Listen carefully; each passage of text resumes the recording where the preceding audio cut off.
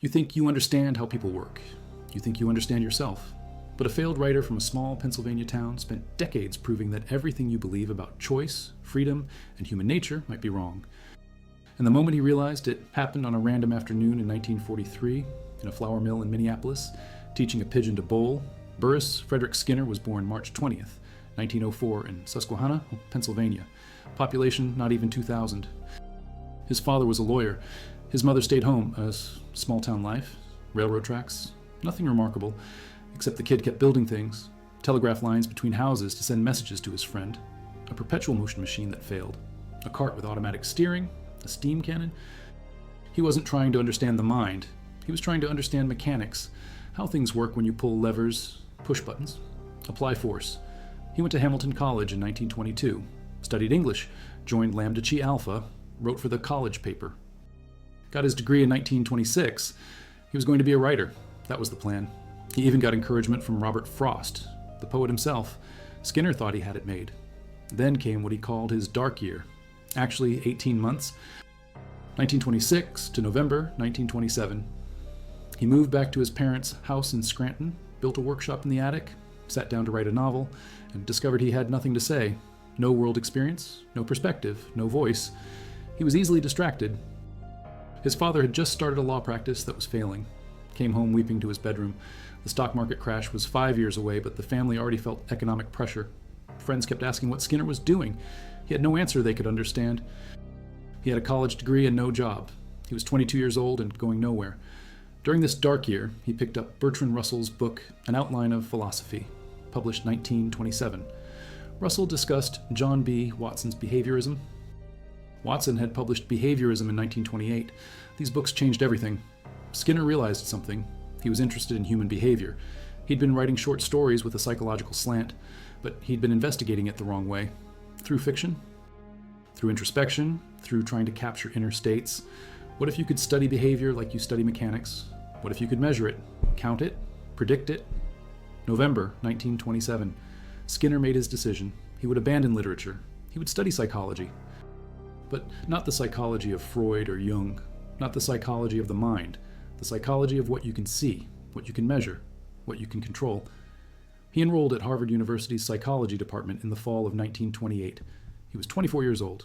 At Harvard, he wasn't really drawn to psychology. He was drawn to the physiology department, to Professor William Crozier. Crozier was a student of Jacques Loeb. They believed real science meant controlling experimental results, not just observing, controlling. Skinner started building. That's what he did. He built things. He needed an apparatus that would let him study behavior without the mess of mazes. Mazes took too long, too much time between trials. You couldn't see the behavior as it happened. You couldn't measure rate. So he invented a box, a chamber. For rats at first. It had a lever. When the rat pressed the lever, food came out. A 1/8 inch brass rod, 6 centimeters long, mounted 8 to 10 centimeters above the floor. The rat had to press down with about 10 grams of pressure. That was it. Press lever, get food. And he could count every single press, measure the rate, see the learning happen in real time. He also invented the cumulative recorder, a pen that traced behavior on moving paper. Rate of responding showed up as a slope. Fast responding meant a steep line. Slow responding meant a flat line. You could see the whole pattern of an animal's life compressed into a graph. He did his PhD work, ran rats through his box, studied how they learned, how reinforcement worked, how behavior changed when you changed the consequences. He got his PhD from Harvard in 1931. 3 years of work, then stayed as a researcher until 1936.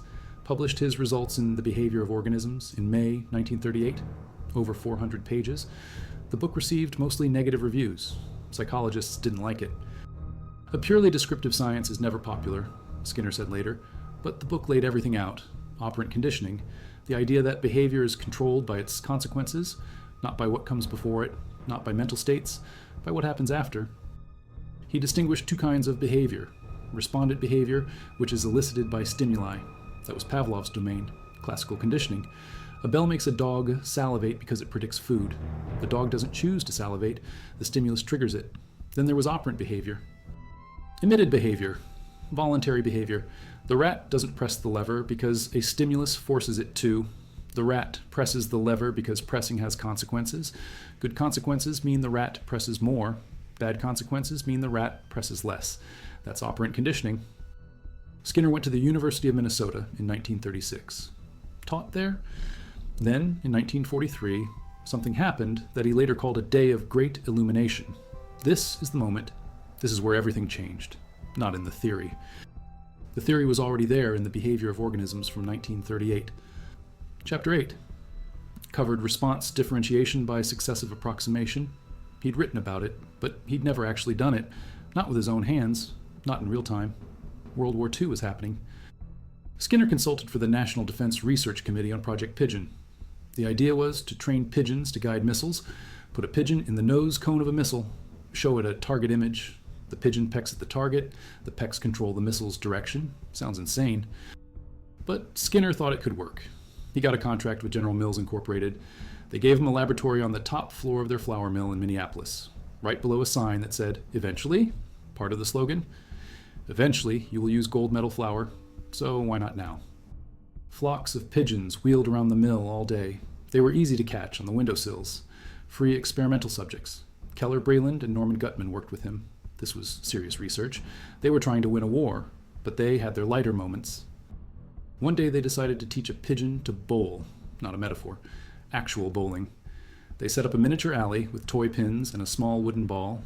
The pigeon had to swipe the ball with a sharp sideways movement of the beak to send it down the alley toward the pins.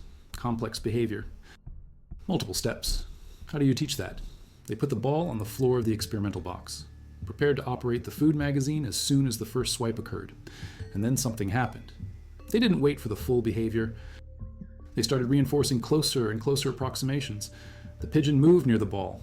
Food? The pigeon made contact with the ball. Food? They kept adjusting, kept shaping, and within minutes, the pigeon was slamming the ball down the alley.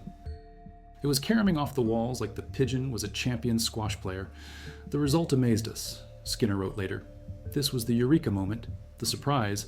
He'd written about successive approximation in 1938, but actually doing it, watching it happen, seeing a complex behavior emerge from nothing in real time through reinforcement mediated by a human hand, that was different, that changed everything. It wasn't just about mechanical connections between lever presses and food dispensers. It was about the social environment, about one organism shaping another organism's behavior through careful, deliberate reinforcement, about building complexity from simplicity. If you value documented behavioral history like this, subscribe. It's the best way to support our work. Also comment from which city you're hearing this from. This script is researched and factual, using sources from the Journal of Experimental Analysis of Behavior, published in November 2004 in the article A Day of Great Illumination by Gail Peterson, and Science News covering Skinner's work throughout the 1970s. These aren't pop psychology summaries.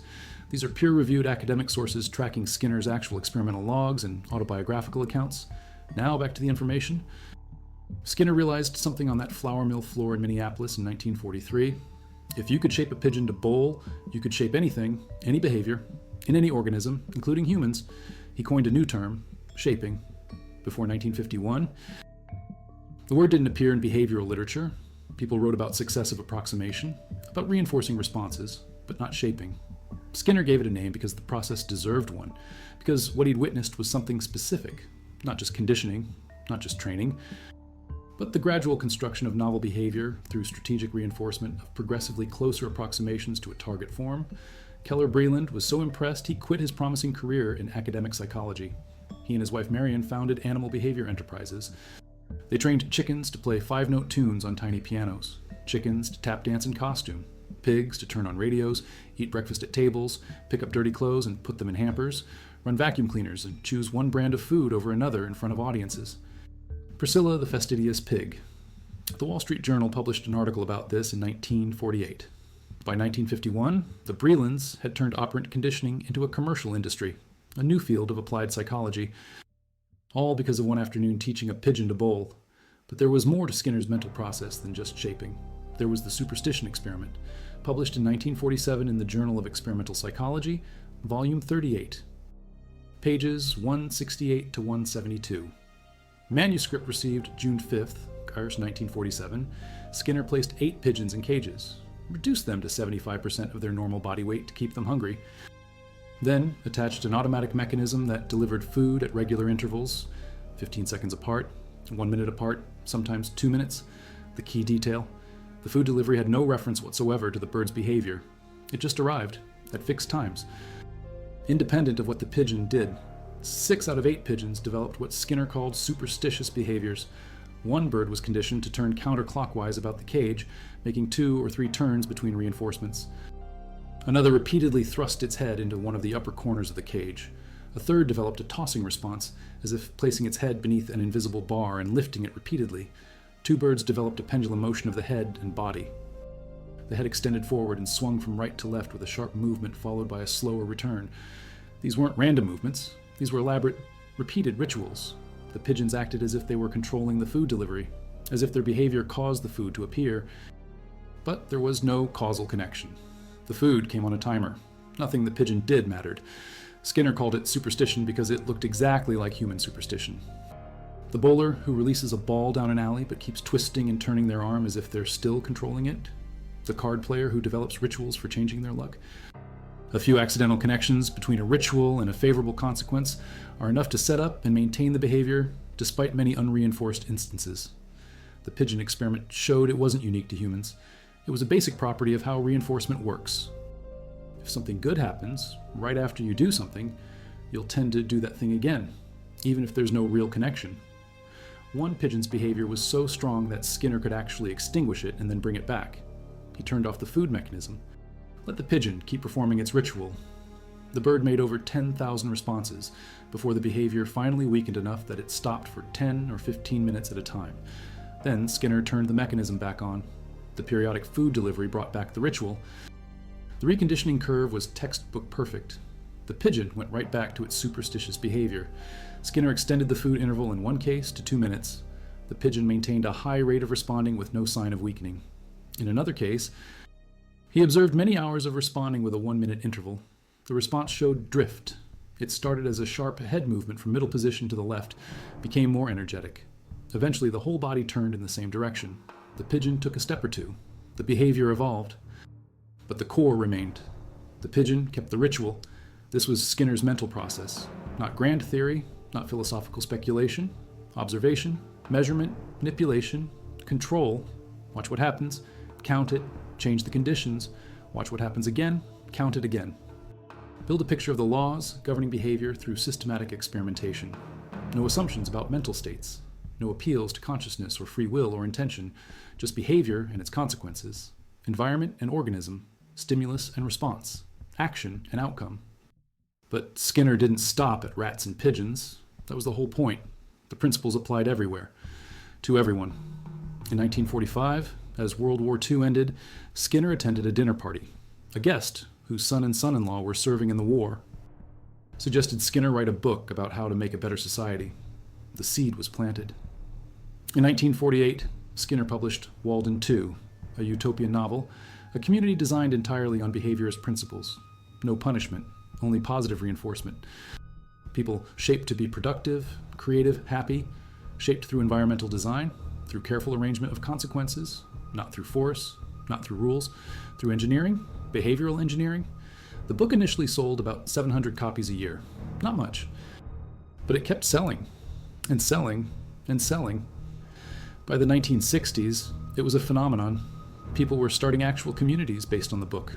Twin Oaks in Virginia, Los Orcones in Mexico, trying to live the principles, trying to prove it could work.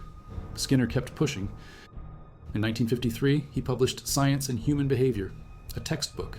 His ideas laid out for anyone to read, operant conditioning applied to human society, how to shape behavior, how to maintain it, how to eliminate unwanted behavior without punishment. The book argued that human behavior was determined, not by fate, not by genes alone, but by environment and biology interacting. If you change the environment, you change the behavior. It was that simple, that mechanical, that predictable. But people resisted. The resistance made sense to Skinner. It was itself a behavior that needed explanation. Why did people cling to ideas of free will, of dignity, of personal autonomy? Because those ideas had been useful. They'd helped humans fight against tyranny, against oppression, against control by kings and dictators and slave masters. The literature of freedom and dignity had reduced aversive control. It had made the world better in many ways, but now it was blocking progress. It was preventing the development of a technology of behavior, a real science that could solve problems. War, overpopulation, poverty, pollution, crime, mental illness, educational failure. All of these were behavior problems. And if behavior was lawful, predictable, controllable, then these problems could be solved. In 1971, Skinner published Beyond Freedom and Dignity, 215 pages, published August 12th by Alfred I. Knopf. This was his definitive statement, his synthesis, his challenge to the world. The book argued that freedom and dignity, as traditionally understood, were illusions. Harmful illusions. They attributed behavior to inner states, to choices made by an autonomous self, when behavior was actually controlled by environmental contingencies. The achievements for which a person is given credit approach zero when you account for genetics and reinforcement history. What looks like choice is actually the result of past consequences. What feels like freedom is actually just having the right repertoire and the right opportunities. The book was controversial, massively controversial. It stayed on the New York Times bestseller list for 18 weeks. Unusual for a theoretical work. The psychologist Noam Chomsky wrote a scathing review in the New York Review of Books, December 30th, 1971, called Skinner's Theories Unscientific, Dogmatic, Incoherent. Said the book could change Western civilization more disastrously than nuclear physicists and biochemists combined. Critics said Skinner wanted to eliminate freedom, wanted behavioral control by an elite, wanted a totalitarian nightmare disguised as utopia. Skinner rejected these criticisms. He said freedom was already being controlled by haphazard contingencies, by advertisers, by politicians, by anyone with power. The question wasn't whether to control behavior. The question was whether to do it scientifically, deliberately, for the benefit of everyone, or to let it happen chaotically for the benefit of whoever happened to be in power. Skinner believed determinism was true. Therefore, since people's lives were being shaped by forces whether they liked it or not, the only rational course was to take charge of those forces, use them to bring about desirable results, solve the ongoing problems of humanity. War and pollution and poverty weren't being solved by letting nature take its course, weren't being solved by assuming people had free will and would just choose to do better. The book divided the world. Some saw Skinner as a visionary, someone willing to face uncomfortable truths, someone offering real solutions. Others saw him as dangerous, someone who wanted to reduce humans to mechanisms, someone who denied what made us human. The debate continues, but the science continues too. Applied behavior analysis, ABA, built directly on Skinner's work, used in schools, in clinics, in homes, to teach children with autism, to modify behaviors of people with developmental disabilities, to improve workplace performance, to treat addiction, to manage chronic pain. The field exists because Skinner showed that behavior is lawful, that it follows principles, that those principles can be discovered through experimentation and applied to real-world problems. Skinner's mental process was always the same. Start with observation. A pigeon does something. A rat does something. A person does something. Ask, what controls this? What maintains it? What would change it? Then test. Manipulate the environment. Change the consequences. Measure the behavior. See what happens. If the behavior increases, you've identified a reinforcer. If it decreases, you've identified a punisher or removed a reinforcer. Build a catalog of relationships. Behavior. Under this schedule looks like this. Behavior under that schedule looks like that. Intermittent reinforcement produces steady responding. Continuous reinforcement produces rapid acquisition but rapid extinction. Variable ratio schedules produce the highest rates. Fixed interval schedules produce scalloped patterns with pauses after reinforcement. Every pattern tells you something about the laws governing behavior.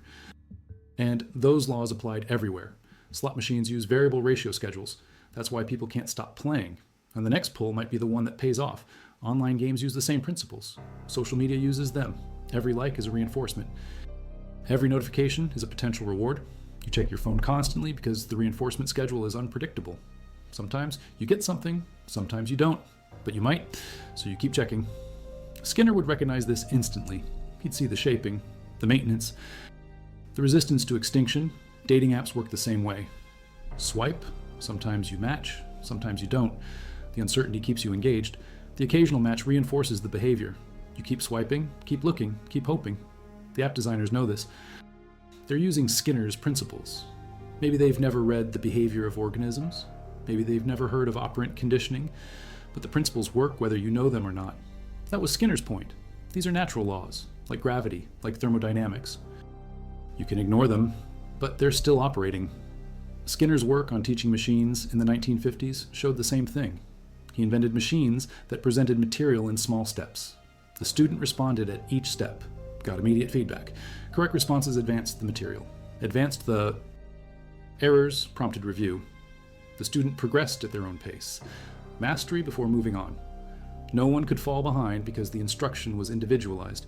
No one could fail to learn because the material was broken down into manageable pieces and reinforced at every step. This was programmed learning. It worked. Studies showed it worked. Students learned faster, retained more, enjoyed the process more, but it never caught on widely. Why? Because it required giving up traditional classroom models. Giving up the idea that one teacher could effectively instruct 30 students at once at the same pace. People resisted. The technology existed. The principles worked. But implementation failed. Not because of the science, because of resistance to change. Skinner also built what he called the air crib in 1943 for his second daughter, Deborah, a temperature-controlled glass enclosure. Kept the baby warm without blankets, no bars that could cause injury, easier to maintain, safer, more comfortable. Life magazine published an article about it in the 1950s. The article led to an urban legend. People said Skinner experimented on his daughter, raised her in a box, that she grew up damaged, embittered, suicidal. All false. Completely false. Deborah Skinner. Buzan grew up healthy. Became an artist. Married. Had children. Lived a normal, happy life. The legend persists anyway, because people want to believe that Skinner's ideas were harmful, that treating children scientifically damages them, that you need something more than reinforcement, something mystical, something that can't be measured. Skinner rejected mysticism, rejected mentalism, rejected the idea that there's something inside us that can't be studied, can't be understood, can't be predicted. He said the mind is behavior, private behavior, behavior. We can't observe from the outside. But still behavior, still subject to the same laws. Thinking is behavior, feeling is behavior, consciousness is behavior. You can study it, you can explain it. You don't need to invoke a ghost in the machine. You don't need to appeal to a soul. You just need to understand contingencies of reinforcement, what strengthens behavior, what weakens it, what maintains it, what changes it. Skinner's work with verbal behavior showed this. He published Verbal Behavior in 1957. The book analyzed language as operant behavior. Speaking is behavior. It's controlled by consequences. A child says, "Mama," and gets attention. The attention reinforces the behavior. The child says, "Mama," more often. The word gets shaped, gets refined, gets brought under stimulus control. Eventually the child says, "Mama," when they see their mother, when they want their mother, when they need their mother. The word has meaning because it has consistent consequences in consistent contexts. You don't need to invoke ideas. Don't need to invoke semantic representations. Don't need to invoke mental grammar. Just reinforcement, shaping, stimulus control. The same principles that explain a rat pressing a lever explain a human speaking a language. Chomsky attacked this too. Said language couldn't be explained by reinforcement. Said humans have an innate language faculty, a universal grammar built into the brain. Skinner's approach was too simple, too mechanistic. Couldn't account for creativity, couldn't account for novel sentences, couldn't account for the speed of acquisition in children. The debate continues.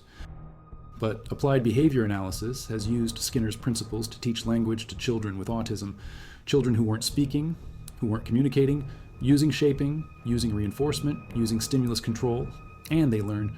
They acquire language. Not all of them, not perfectly. But many do. Enough to validate the approach, enough to show that Skinner wasn't completely wrong. Skinner died August 18th, 1990, Cambridge, Massachusetts. He was 86 years old. He'd been diagnosed with leukemia in 1989. 8 days before his death, he received the first citation for outstanding lifetime contribution to psychology from the American Psychological Association.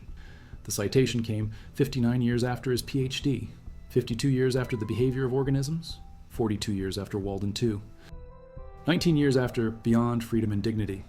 He'd spent his entire adult life building a science of behavior, testing it, refining it, defending it, applying it, and he'd become the most influential psychologist of the 20th century. A June 2002 survey ranked him number 1, above Freud, above Jung, above Piaget, above Watson, above Pavlov, the most influential psychologist of the 20th century. But influence doesn't mean acceptance. Skinner's ideas remain controversial. Behavior analysis is a small field. Applied behavior analysis has grown, but mainstream psychology moved on. Cognitive psychology took over in the 1960s. Cognitive neuroscience dominates now. People study thoughts, study mental representations, study brain imaging. The mind is back. Mentalism won, or did it. Behavioral principles still work. Reinforcement still shapes behavior, whether you call it reinforcement or not. Consequences still control actions, whether you acknowledge it or not. The laws Skinner discovered still operate, still predict, still control. The question Skinner asked was simple. What if behavior follows laws? What if we can discover those laws through experimentation? What if we can use those laws to make things better? He answered yes to all of it, and he proved it. With rats, with pigeons, with humans, in labs, in schools, in clinics, in communities. The proof exists, the data exists, the applications exist, but the acceptance doesn't. Because accepting Skinner means giving up cherished ideas, free will, dignity, autonomy, responsibility, credit, blame. All the things we use to explain behavior when we don't want to look at the environment, when we don't want to acknowledge control, when we want to believe we're special, different, not subject to natural laws. Skinner's mental process was to strip all that away, to look at behavior as behavior, to see what controls it, to manipulate the controls, to verify the laws, to build a technology, to apply it. And he did. The flour mill moment in 1943 wasn't the beginning. It wasn't the end. It was a point of illumination. A moment when the theory became visceral, when the abstraction became concrete, when the principles revealed their power, a pigeon bowling, a behavior shaped from nothing in minutes through careful reinforcement. That's what changed Skinner, not intellectually. He already knew it intellectually, but experientially, emotionally, practically. He saw what was possible, saw it with his own eyes, saw it with his own hands, and that changed everything. In 1983, Skinner wrote about that day, called it one of great illumination. The spectacle impressed Keller Breland so much, he gave up academia for commercial behavior training. The day led directly to Skinner's shift in perspective on verbal behavior, from emphasis on antecedents to emphasis on consequences, from molecular topographical details to molar functional properties, from mechanical connections to social dyads. The shaping process became the definitive property of verbal behavior. Of all behavior, the social environment shaping the individual shaping the social environment. Back and forth, continuous, reciprocal, lawful. The archives at Harvard contain Skinner's notebooks, his data sheets, his cumulative records, line after line of behavior traced by mechanical pens, thousands of hours compressed into visual patterns, rats and pigeons and eventually humans. All following the same laws, all responding to the same principles, all shaped by consequences. The archives also contain his correspondence, letters from critics, letters from supporters, letters from people whose lives were changed by his work, teachers who used his methods, parents who taught their children, clinicians who treated their patients, all reporting success, all saying it works. The principles work.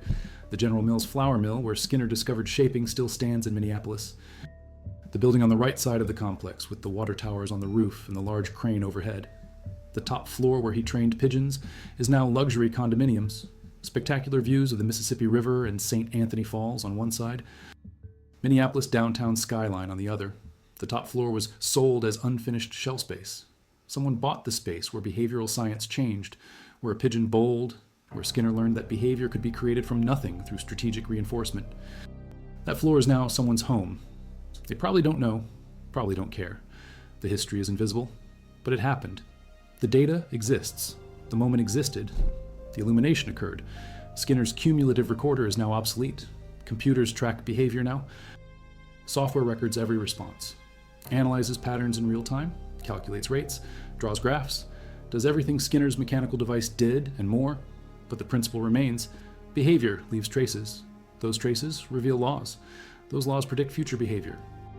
Those predictions allow control. That control enables technology. That technology solves problems. The chain holds, the logic works, the science stands, but the resistance remains too. People don't want to be explained, don't want to be predicted, don't want to be controlled. Even if the control is benevolent, even if it leads to better outcomes, the resistance is itself a behavior, shaped by consequences, maintained by reinforcement. The consequences of believing in free will are positive. You get to claim credit for success. You get to feel pride. You get to judge others. You get to believe you're special. Giving that up has costs, even if it brings benefits. The benefits are abstract. Better society, less suffering, more effective solutions. The costs are personal. Less credit, less pride, less specialness. People choose the costs over the benefits, not consciously, not deliberately. but through the operation of contingencies that favor short-term personal reinforcement over long-term collective benefits. Skinner understood this. He wrote about it in Beyond Freedom and Dignity. The problem is that the practices which give individuals credit also perpetuate harmful behaviors. Punishment, blame, retribution. If you're responsible for your actions, you deserve punishment when you do wrong. But punishment doesn't work, doesn't change behavior effectively, doesn't address causes, creates problems, increases aggression, generates escape and avoidance, damages relationships. The criminal justice system proves this. Prison doesn't eliminate crime. If it did, there would be no repeat offenders. But prisons are full of repeat offenders. Because punishment doesn't address the contingencies that created the criminal behavior, doesn't teach alternative behaviors, doesn't change the environment, just adds an aversive consequence that produces temporary suppression at best. Skinner's alternative was positive reinforcement. Shape desired behavior, strengthen it, make it more probable, create environments where good behavior is easy and reinforced. Bad behavior is difficult and unreinforced. Not punished, just unreinforced. Extinction. The behavior weakens naturally, disappears gradually, gets replaced by better behavior that works, that produces reinforcement, that satisfies needs. This works. Studies show it works. Applied behavior analysis demonstrates it daily, but it requires giving up punishment, giving up blame, giving up the satisfaction of making people suffer for their wrongs. People resist that, even when shown it's more effective, even when shown it produces better outcomes. The resistance is strong because punishment is reinforcing for the punisher. You hurt someone who hurt you. That feels good. That satisfies, even though it doesn't solve the problem. The mental process Skinner went through was learning to see this, learning to see past the surface, past the feelings, past the intuitions, to the contingencies underneath, what maintains behavior. What would change it? Those are the only questions that matter. The pigeon doesn't turn counterclockwise because it wants to, because it chooses to, because it has a mental state that causes the behavior. The pigeon turns because that behavior has been contiguously associated with food.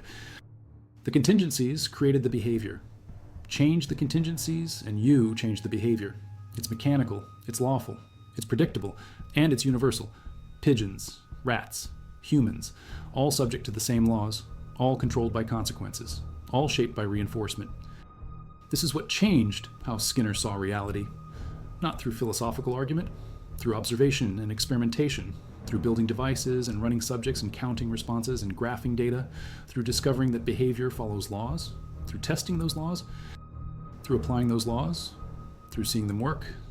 The flour mill moment crystallized it, made it real, made it undeniable, but the process had been happening for years, since the dark year when he gave up writing, since he enrolled at Harvard, since he built his first box, since he started counting lever presses. The process was scientific, empirical, data-driven.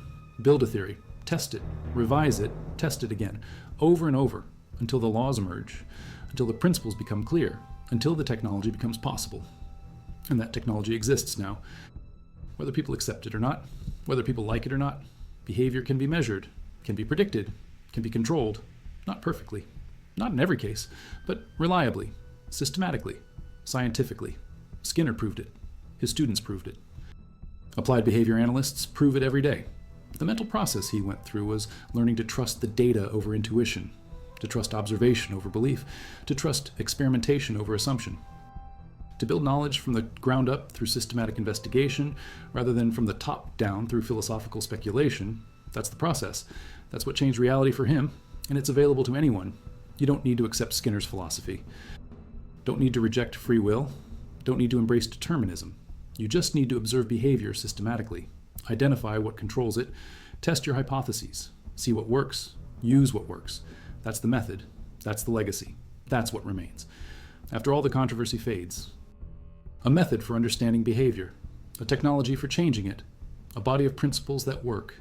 In 2024, we're still finding new applications, still discovering new implications, still debating the philosophy, but the science stands, the data accumulates. The technology improves, and Skinner's mental process continues. In every researcher studying behavior, in every clinician applying principles, in every teacher shaping learning, in every parent reinforcing good behavior, the process is there. Observe, measure, manipulate, test, verify. Apply. It's not mysterious, it's not magical, it's scientific, and it works. The real revelation isn't that behavior follows laws, That's been known since Thorndike in 1898. The revelation is that those laws can be discovered through experimentation and applied to solve real problems, that you don't need to understand the mind to change behavior, don't need to change thoughts to change actions, don't need to fix feelings to fix functioning. You just need to change contingencies, change what happens before behavior, change what happens after. The behavior changes, the person changes, the outcomes change. Not always, not easily, not perfectly, but measurably, predictably, systematically. That's what Skinner's mental process revealed. That's what the flour mill moment crystallized. That's what changed how we see reality, and we're still processing it, still integrating it, still arguing about it, still applying it, still resisting it. But the data exists. The principles exist. The applications exist. In 2025, we track behavior with smartphone apps, shape habits with digital reinforcement, design environments with behavioral principles, sometimes explicitly, often implicitly. The designers may not know they're using Skinner's principles, but they are, because the principles work, because behavior follows laws, because consequences control actions, whether we acknowledge it or not, whether we like it or not, whether we understand it or not. That's the ultimate validation. The principles work even when people don't know they're using them, even when people deny they exist, even when people resist the implications. The laws operate, the contingencies shape, the reinforcement strengthens, the extinction weakens. The schedule controls the pattern, all of it happening, all of it lawful, all of it discovered by a failed writer from Pennsylvania who spent decades counting rat lever presses and pigeon pecks and boxes. He built himself. Who had a moment of illumination watching a pigeon bowl in a flour mill in Minneapolis in 1943, who spent the rest of his life proving that behavior is lawful, predictable, and controllable, and who changed how we understand ourselves whether we want to admit it or not.